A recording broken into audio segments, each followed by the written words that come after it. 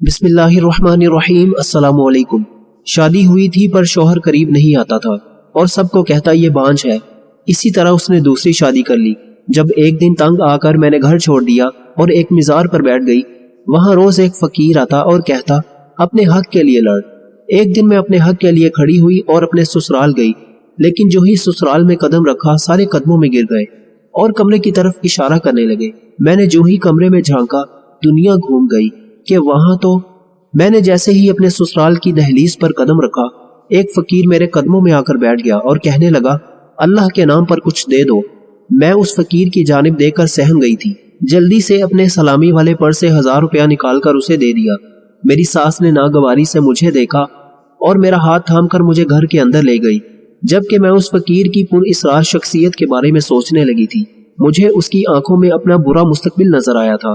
میں نے جلدی سے سر جھٹک دیا، مگر میں کہاں جانتی تھی کہ وہ تو میرا رشتہ فیاض سے پکا ہو گیا تو گھر بھر میں خوشی کی لہر دوڑ گئی تھی۔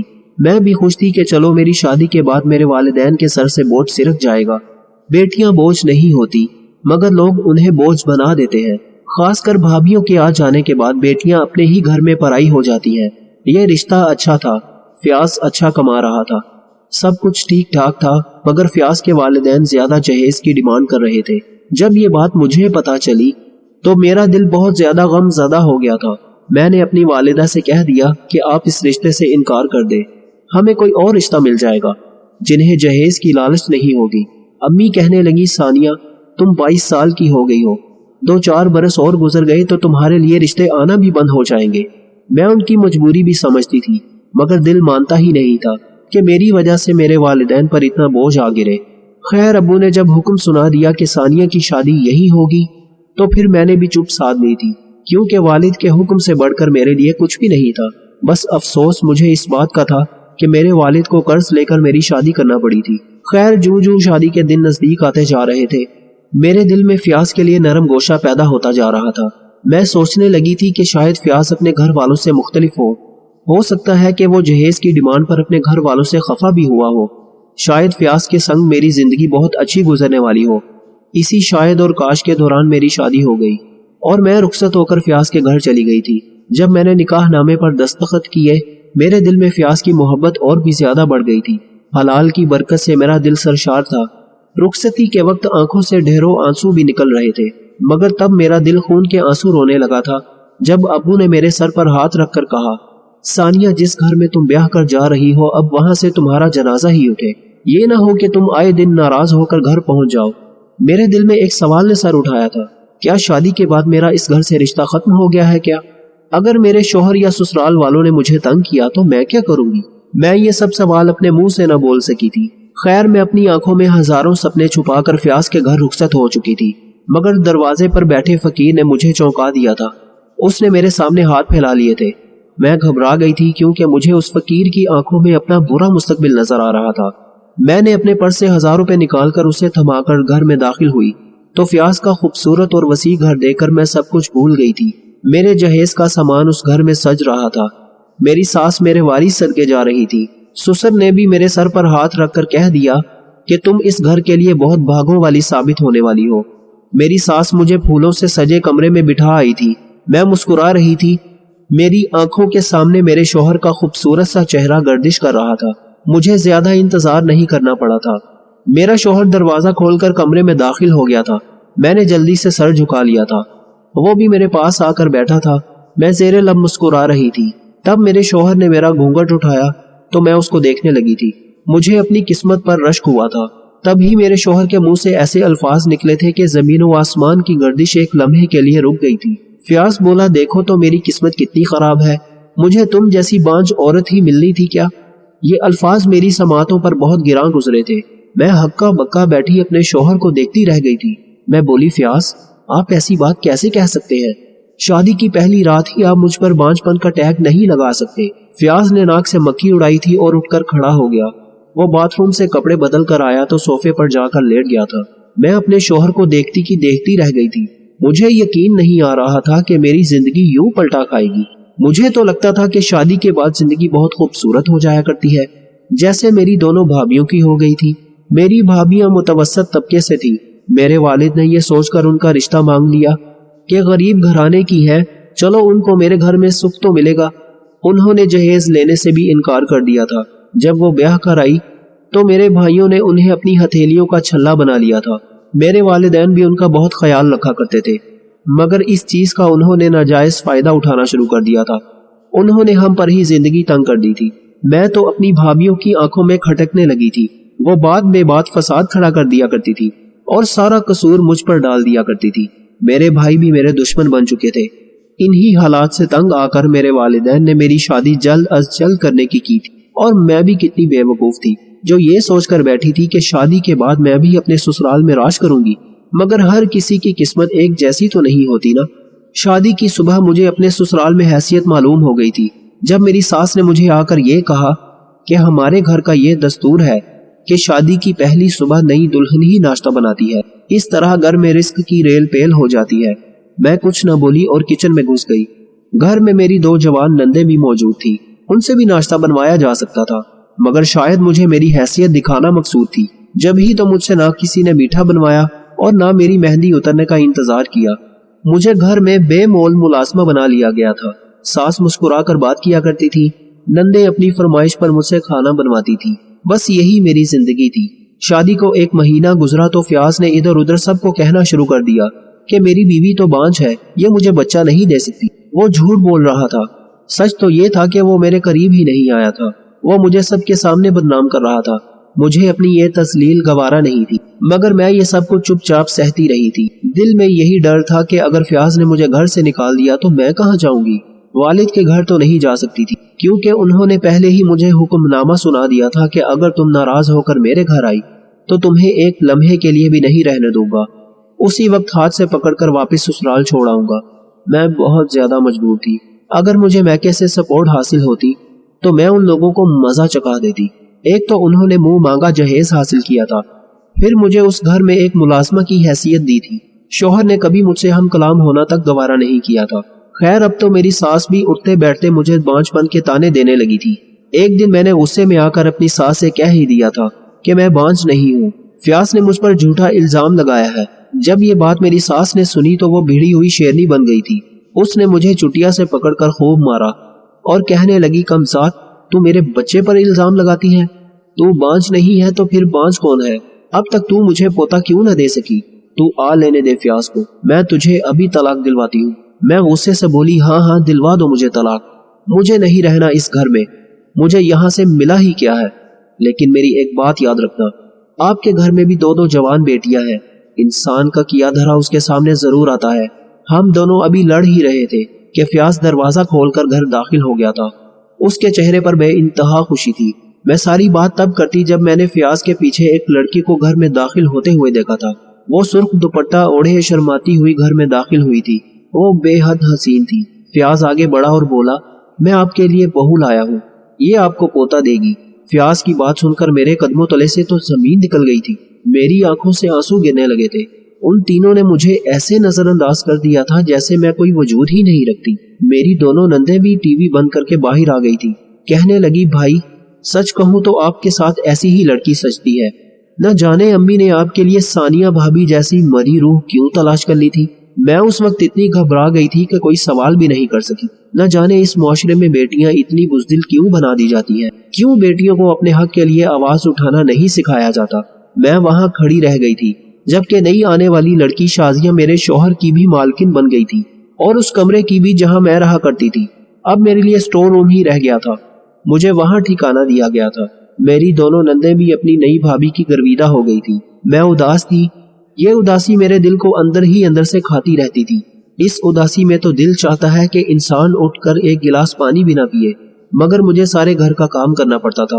اور تو اور فیاض نے مجھے حکم سنا دیا تھا کہ شازیہ کی ہر ضرورت کا خیال مجھے ہی رکھنا ہے۔ میں نے بے حسی کی چادر اوڑھ لی تھی اور اپنی زبان بند کر لی تھی، آنکھیں بند کر لی تھی، اور 2 وقت کی روٹی اور ٹھکانے کی خاطر پولہو کے بیل کی طرح سارے گھر کے کام کیا کرتی تھی۔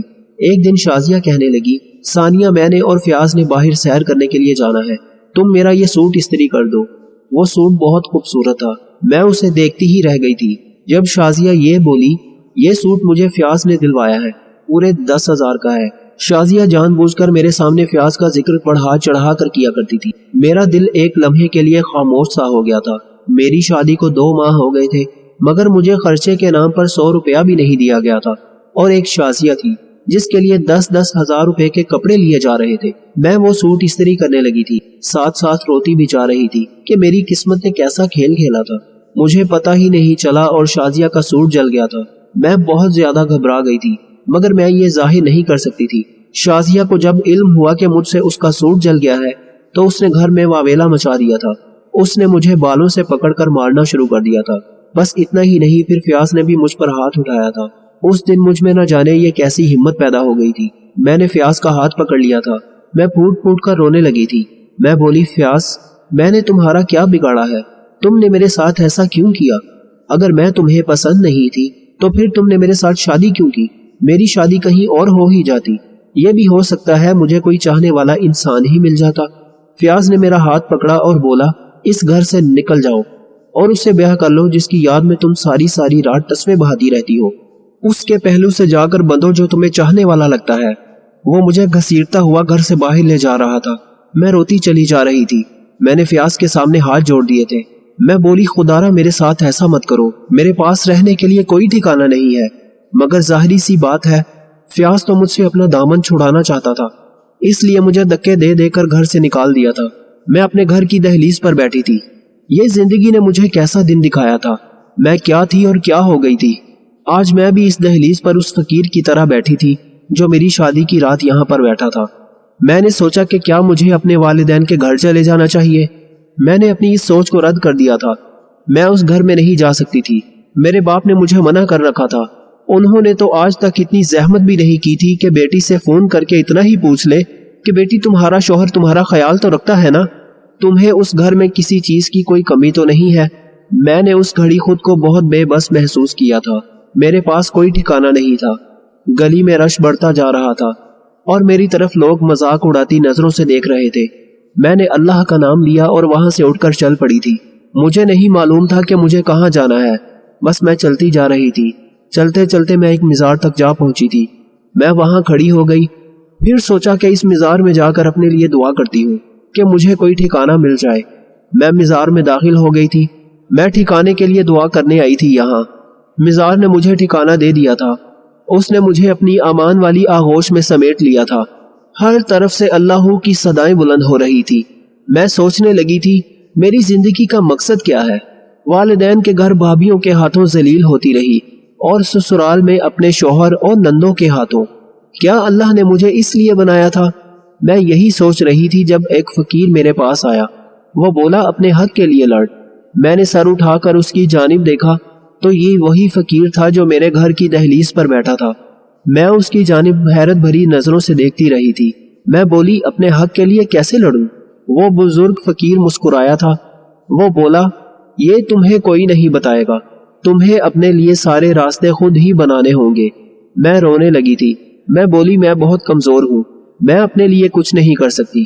وہ کہنے لگا، اللہ کسی بھی بندے پر اس کی طاقت سے زیادہ بوجھ نہیں ڈالتا۔ اتنا کہہ کر وہ چلا گیا تھا۔ اب میرے روز و شب مزار کے احاطے میں گزرنے لگے تھے۔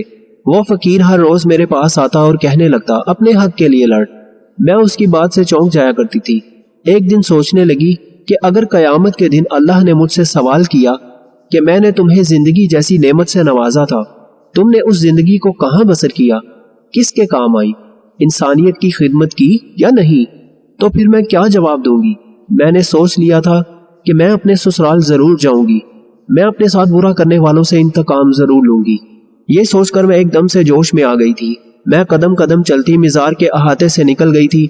میں چلتی چلتی اپنے سسرال پہنچ گئی تھی، لیکن جو ہی سسرال میں قدم رکھا تو سامنے کا منظر دیکھ کر چونک گئی تھی، کیونکہ میری ساس کی جیسے ہی مجھ پر نظر پڑی وہ پھوٹ پھوٹ کر رونے لگی تھی، اور پھر دیکھتے ہی دیکھتے سارے میرے قدموں میں گر گئے اور کمرے کی طرف اشارہ کرنے لگے۔ میں نے جو ہی کمرے میں جھانکا، دنیا گھوم گئی کہ وہاں تو میرے کمرے میں میری سوتن شازیہ کسی نوجوان لڑکے کے ساتھ ہنس ہنس کر باتیں کر رہی تھی، جبکہ فیاض میرا شوہر ایک ویل چیئر پر ایک جانب لڑکتی ہوئی گردن کے ساتھ بیٹھا ہوا تھا۔ میں الٹے پاؤں باہر آ گئی تھی۔ میں تو یہاں انتقام لینے آئی تھی، مگر مجھے کچھ اور ہی دیکھنے کو ملا تھا۔ میں اپنی ساس سے بولی، یہ سب کیا ہے؟ میری ساس رونے لگی تھی. وہ بولی ثانیہ ہمیں معاف کر دے, ہم نے تمہارے ساتھ بہت برا سلوک کیا, تمہارا دل دکھایا, تمہیں گھر میں ملازمہ کی حیثیت سے رکھا. میں نہیں جانتی تھی کہ میرا کیا دھرا میرے سامنے اتنی جلدی آ جائے گا, میری پکڑ اتنی جلدی ہو جائے گی. ثانیہ میں تمہاری مجرم ہوں, میں ہی تمہاری گنہگار ہوں, تم مجھے جو سزا دوگی میں قبول کر لوں گی. ثانیہ میں جانتی تھی کہ میرا بیٹا فیاض کسی اور لڑکی کو پسند کرتا ہے, مگر میں نے اس کا رشتہ پھر بھی تمہارے ساتھ کر دیا. مجھے تم میں کوئی دلچسپی نہیں تھی. میں نے تو یہ شادی فقط تمہارے جہیز کی خاطر کی تھی, کیونکہ میرا دل تھا کہ میری بہو جو جہیز لائے گی وہ میں اپنی بیٹیوں کو دے دوں گی. تم اپنے ساتھ اچھا خاصا جہیز لائی تھی. میں نے فیاض سے کہہ دیا تھا کہ اس شادی کے پیچھے میرا جو مقصد تھا وہ پورا ہو گیا ہے. اب تم اپنی بیوی کے ساتھ جیسا سلوک کرنا چاہو تمہاری مرضی ہے. یوں فیاض نے تم پر بانجھ پن کا الزام لگا دیا. خیر تم گھر سے چلی گئی تو شازیہ نے اپنے اصلی رنگ ڈھنگ دکھانا شروع کر دیے تھے. اس نے ہم ماں بیٹیوں کو گھر کی ملازمہ بنا لیا تھا. میں ان سب حالات سے بہت پریشان تھی, اس لیے سوچا کہ جتنی جلدی ممکن ہو سکے اپنی بیٹیوں کی شادیاں کر دوں, کیونکہ جہیز تو بنا پڑا تھا. انہی دنوں میری بیٹی ہنا کے لیے جو رشتہ آیا وہ اس منحوس شازیہ کو پسند آ گیا. اس نے اس لڑکے کے ساتھ دوستی گانٹ لی. یہ بات جب فیاض کو پتہ چلی تو وہ غصے سے پاگل ہو گیا تھا. اس نے خوب شور مچایا تھا, مگر یہ شازیہ باز آنے والی نہیں تھی. ایک دن فیاض جب کام سے لوٹا تو اس نے دیکھا کہ اس کی بیوی تو اپنے عاشق کو گھر میں بلا کر بیٹھی ہے. یہ سب دیکھ کر فیاض کا بلڈ پریشر بہت زیادہ ہائی ہو گیا تھا. وہ زمین پر گر پڑا. ہم ماں بیٹیوں نے اسے ہاسپٹل پہنچایا, مگر وہاں جا کر پتا چلا کہ فیاض کو تو فالج کا اٹیک آ گیا ہے. اس دن سے میرا بیٹا ویل چیئر پر بیٹھا رہتا ہے. یہ منحوس شازیہ اس کے سامنے جان بوجھ کر اس لڑکے کو بلاتی ہے. میرا بیٹا یہ سب دیکھ کر کڑتا رہتا ہے. مجھے شک ہے شازیہ میرے بیٹے کو مار دینا چاہتی ہے تاکہ اس لڑکے سے شادی کر سکے. اب تم آ گئی ہو نا, ہمارے حق کے لیے تم ہی آواز اٹھاؤ گی. میں مسکرا دی اور بولی آنٹی میں تو اپنے حق کے لیے آواز نہیں اٹھا سکی, آپ کے لیے کیا اٹھاؤں گی. یہ ساری صورتحال دیکھ کر میں نے اپنے ابو کو فون کیا تھا. میں نے انہیں ساری داستان سنا دی تھی. میں بولی ابو کیا اب آپ مجھے اپنے گھر میں رکھیں گے. ابو بولے ثانیہ نہیں, میں تمہیں اپنے گھر میں نہیں رکھ سکتا. اب تم شادی شدہ ہو, تمہاری ساری ذمہ داری تمہاری شوہر کی ہے, اور اگر تم اس مشکل گھڑی میں اپنے شوہر کا ساتھ دو گی تو وہ ساری زندگی تمہارا غلام بن کر رہے گا. تم اپنے گھر میں رہو, اپنے معذور شوہر کی خدمت کرو. اتنا کہہ کر انہوں نے فون بند کر دیا. میں سوچنے لگی کہ اگر میں فیاض کی خدمت کرنے لگوں تو جب وہ ٹھیک ہو جائے گا میرے ساتھ کیا سلوک کرے گا. ایک بار پھر مجھے اپنے گھر سے نکال دے گا. میں نے اپنا فیصلہ خود کرنا تھا, مگر میں کہاں جانتی تھی کہ میرا فیصلہ تو فیاض پہلے سے ہی کر چکا ہے. مجھے شازیہ نے طلاق نامہ تھما دیا تھا. مجھے فیاض اپنی بیماری سے قبل طلاق دے چکا تھا. مجھے یہ جان کر ذرا بھی دکھ نہیں ہوا تھا. خیر میں نے اپنے سسرال سے اپنے زیورات اٹھائے, مگر وہ بھی مجھ سے شازیہ نے چھین لیے تھے. میں خالی ہاتھ ہی اپنے سسرال سے نکل آئی تھی. اب کی بار میں ایک دارالامان چلی گئی تھی. وہ ایک یتیم خانے کے قریب بنی عمارت میں تھا. میں ایک پڑھی لکھی لڑکی تھی, اس لیے میں نے سوچ لیا تھا کہ اپنی اس زندگی کو لوگوں کی بھلائی کے لیے وقف کر دوں گی. میں نے اس یتیم خانے میں پڑھانا شروع کر دیا تھا. میری زندگی کو ایک سمت مل گئی تھی. میں بے انتہا خوش تھی, لیکن میں کہاں جانتی تھی کہ میری زندگی میرے لیے اور بھی خوشیاں اپنے دامن میں سمیٹ کر بیٹھی ہے. اس یتیم خانے کے مالک نے مجھے شادی کی آفر کی, جو کہ میں نے قبول کر لی تھی. میں احمد علی سے شادی کر کے بے انتہا خوش ہو چکی تھی. میری زندگی سے غموں کے سائے چھٹ چکے تھے. اب مجھے اس فقیر کی بات اکثر یاد آتی ہے. اس نے ٹھیک ہی کہا تھا کہ اپنے حق کے لیے لڑ, نہیں تو میں ساری زندگی اسی مزار کے احاطے میں گزار دیتی. ایک سچا دوست زندگی کے ہر رشتے کی کمی پوری کر دیتا ہے, اسے کبھی بھی روٹنے نہ دے. لوگ تم سے چاہے جو بھی چھین لیں پر تمہارا مقدر نہیں چھین سکتے. بانٹنے کی عادت ڈالیے, چیزیں بھی, جذبے بھی اور خوشیاں بھی. تکلیف سے انسان کا دل دکھتا بہت ہے, لیکن ہر تکلیف سے انسان سیکھتا بہت ہے.